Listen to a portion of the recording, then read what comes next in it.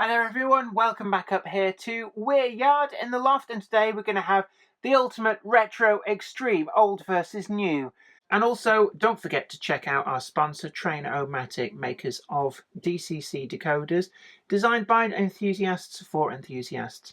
These are trouble-free and compatible with every make and model there is on the market. They just work straight out of the packet. Plug them in and go. That's what it's all about, hassle-free DCC. Today we're going to have the ultimate retro extreme, old versus new. On the left we have all singing, all dancing, brand new Hornby, full on super detail with TTS sound. This is the Castle class. On the right we have where it all began. This is the Hornby Dublo, full on die-cast Bristol Castle. If you wanted a Castle class locomotive way back in the 1950s, this was your first port of call. It was great for its time, but how does it stack up to the all-new, modern, fully retooled Castle class from Hornby? Stick with us, and we will take you through this in Hornby's centenary year for extreme, new versus old. Begin!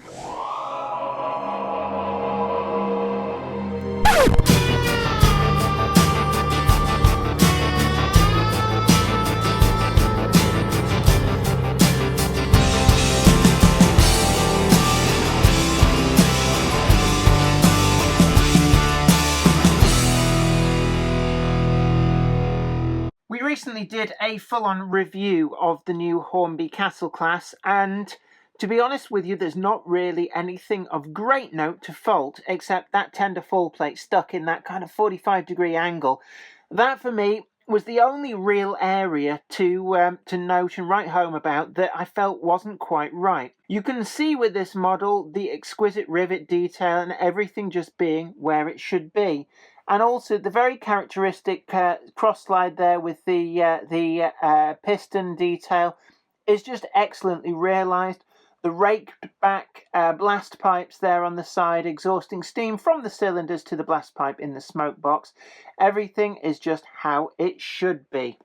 But back in the 1950s, if you wanted a Castle class locomotive, when this came on the scene, this was a model that really had the model press astounded. For its day, it was really, really good. And you can see there that Hornby Dublo, with the limitations of manufacturing of the time, did pretty well. They've got the shape of that detail there on the where the piston is.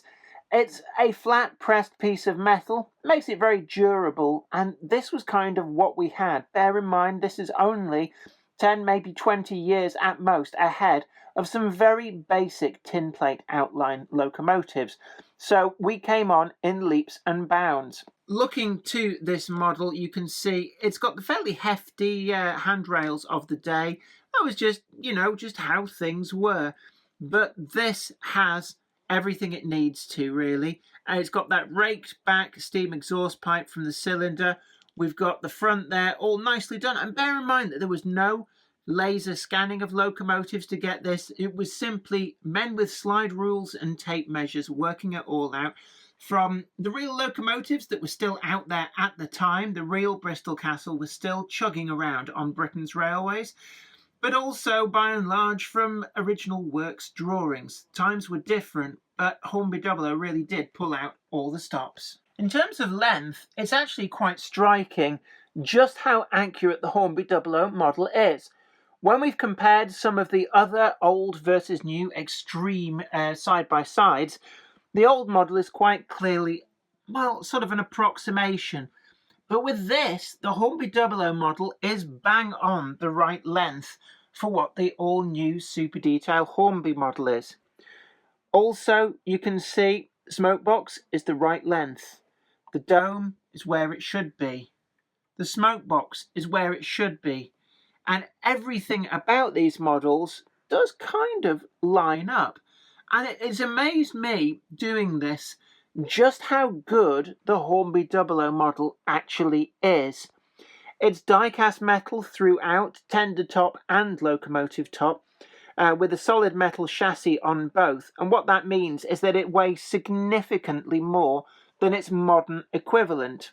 Some of the compromises of the tooling of the day can be seen. slightly thicker, less finesse in the detail, but that riveting still there, and it's still pretty nice. And for the 1950s, that is actually pretty nicely done. The newer Hornby locomotive has it much, much finer. The rivets are where they should be and in the numbers they should be. This feels more like a slight approximation, but you can see that they were going for as much as they could with the technology of the day. Looking down on the locomotive again, we've got most of the major details. I'm prepared to accept that there would have been a few little detail differences between different members of the class. But this is pretty good, actually. The coal, well, that's something that I guess modern standards, they've really got good at that. But you can see they've got the representation of where the fire irons would go, the work boxes, everything is there. There's a representation, I suppose, of brake gear that's cast to the front plate. And you can also see where the power comes across. The old Hornby Dublo locomotive is 3-rail, which means I cannot test it up here. At the moment, the power is off, because otherwise this locomotive would just short out the track. When we look into the cab, well, you can see there, there is nothing, just that motor, that half-inch magnet motor that's in there. It's very crude, but actually from the outside, it does look pretty good. The new locomotive, though, well, that exquisite detail that's in the cab, when we reviewed this, it was one of the highlights of this model. You can also see that on the new model, we've got a lot more finesse of detail, as you would expect. On the side of the boiler there, all the pipe work, the splashers, everything just looks really fine. And that valve gear, it's fluted, it's the right shape as it should be. And we've got the extra detail there on the underside of the cylinder. The wheels as well, just look at how fine they are, the brake rigging we can see underneath there. And that's how far we've come. When we look to the older Hornby Dublo model, it's all zinc mazoc. It was good for its time, but those front bogies, well, it's very generic. Those wheels are identical across the range, with the wheels on the 4MT tank, the Princess Coronation class, even the 8F, they all just seem to use the same wheels. When it comes to the drivers too, it felt a lot like these were pretty generic, quite chunky. The valve gear, chunky, flat, no fluting, but it's a really good effort given the materials of the day. When we go up to the pipework, there's a representation of it, it's a lot flatter, but actually they've captured all of the major points that there is, and these nameplates on the side as well, separately applied metal, just like on the new version. It's, well, you can see that the new version really is a lot more for your money. But the old version, it still holds its own to some extent.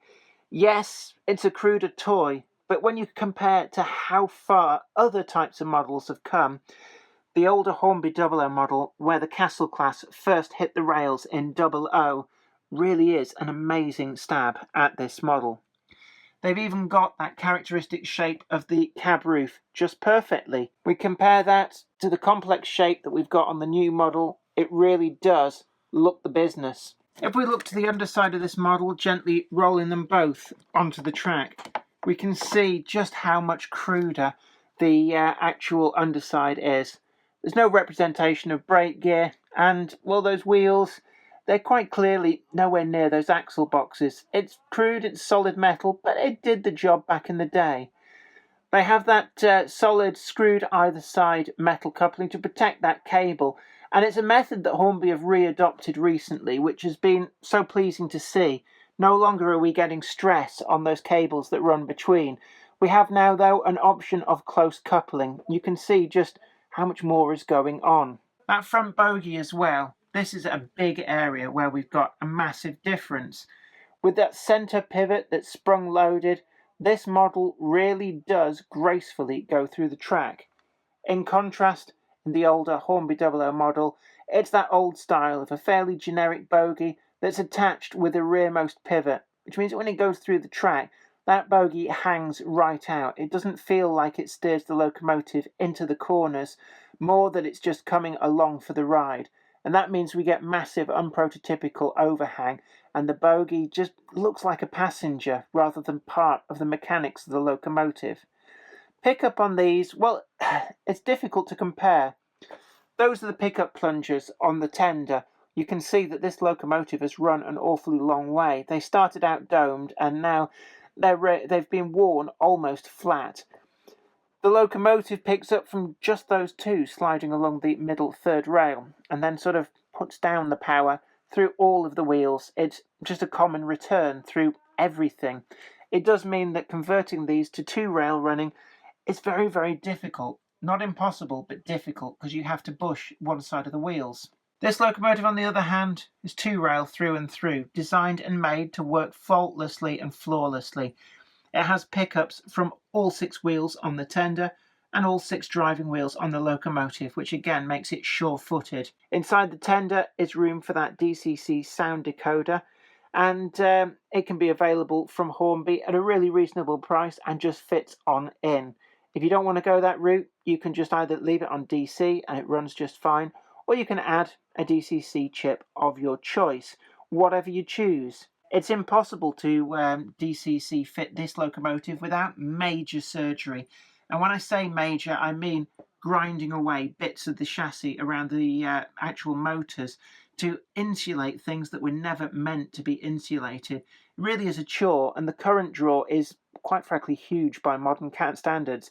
That means that if you want to stand a chance of it not popping that decoder, you're going to have to use a decoder that's designed for much larger models. And when I say much larger, I mean G-scale or gauge 1, because this is a power-hungry beast. This locomotive, on the other hand, well, it draws very little. Its road holding ability and train pulling ability is immense. It's perhaps even better than the Hornby Dublo one. Even though this locomotive weighs so much more, it doesn't take much to make those zinc mazout wheels spin on up. The weight balance and distribution is not quite right. The friction with the unpowered wheels is quite a lot. And what that means is that actually the lighter locomotive is more sure-footed, helped, I suppose, by the fact that modern rolling stock rolls so much better than those heavy tinplate coaches that this locomotive was designed to run alongside. But that's all part of the charm. The cab is unglazed, and in there you can see that motor. The new model, we go to that, and the glazing's there. And when you look through the glazing, you see the backhead detail, and it is exquisite.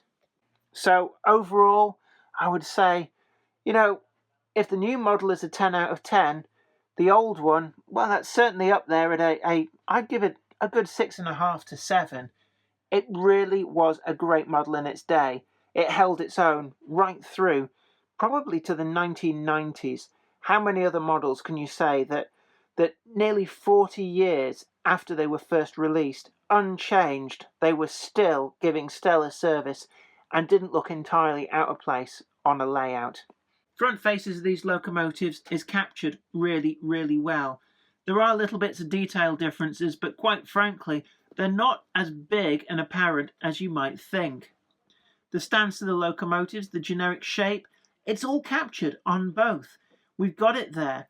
Would you believe that there is so much time that separates the one on the left with the one on the right? The left, well, that's a childhood memory for me. I loved this locomotive when it arrived one Christmas. It was second hand. It had already been loved. It lacked its box, but it was my Castle class locomotive. And coupled up with those chocolate and cream coaches that Hornby Dublo did in tinplate, it really looked smart and the business, chugging its way around my childhood three-rail layout. These days, the younger child who's getting into model railways is, well, they're more likely to have this model on the other side. With sound fitted, it really does offer an awful lot of bang for the buck. On the back, we've got most of the detail is there. Yes, it's chunkier on the older model. The buffers on the older model look a bit cruder. There's pretty much no detail on the older model's buffer beam, but it's there and it looks right. And if it does look right, it is right. This model was available in only 4 liveries over its lifespan with Hornby Dublo. They were very Spartan with that. With the brand new Hornby model, well, you've got much more choice going on. But I still love Bristol Castle, and I really would wish that Hornby would re-release their new model there behind in the guise of this Old Faithful. I would love to see this tool to modern standards appear as Bristol Castle, with its companions Cardiff Castle, Denbigh Castle, and the one that was so hard to get back in the day, Ludlow Castle. Just to have that foursome, I'd love them all. So there you have it. In the left, new Hornby. On the right, old Hornby Dublo. Out of all the old versus new that we've done in this series, in this Hornby centenary year, these are probably the ones which feel as though the old model is still punching well above its weight. Which one's better? Well, it has to be the Hornby. I mean, it really is so far ahead in terms of technology. The finesse is there, the detail is there. But I just love the charm of the old model, and this still takes pride of place in my display cabinet, even if it doesn't run on the layout anymore. Anyway, thank you for joining me. It's been great to have your company in this nostalgia fest of old versus new here on Weir Yard. And stay tuned to this frequency because we've got more videos coming up, including several more extreme retro old versus new, showing you the comparison to show how far we've come in this Hornby centenary year for certain models, from the very first time they appeared in model form in 00 right through to the modern offerings of today. It's been great to have your company. Don't forget to like, share and subscribe, and also check out the affiliate links down below. You look after yourself, and I will catch you next time. This is me, Jenny Kirk, saying bye for now. Today's video is sponsored by Train-O-Matic, makers of DCC decoders designed to be fully compatible with every manufacturer's locomotive. Visit train-o-matic.com to browse the full range and see what they've got suitable for you. I'd like to send out a huge thanks to everybody who supports me on Patreon, but a special thanks go out to Anthony Kidson, Michael Churchwood, Anthony Hunt, William Wade, Wayne Johns, Offshore Allen, oorail.co.uk, Tepic, Michael Lockie, and Helen Sink. Thank you. Without you guys, I couldn't do this.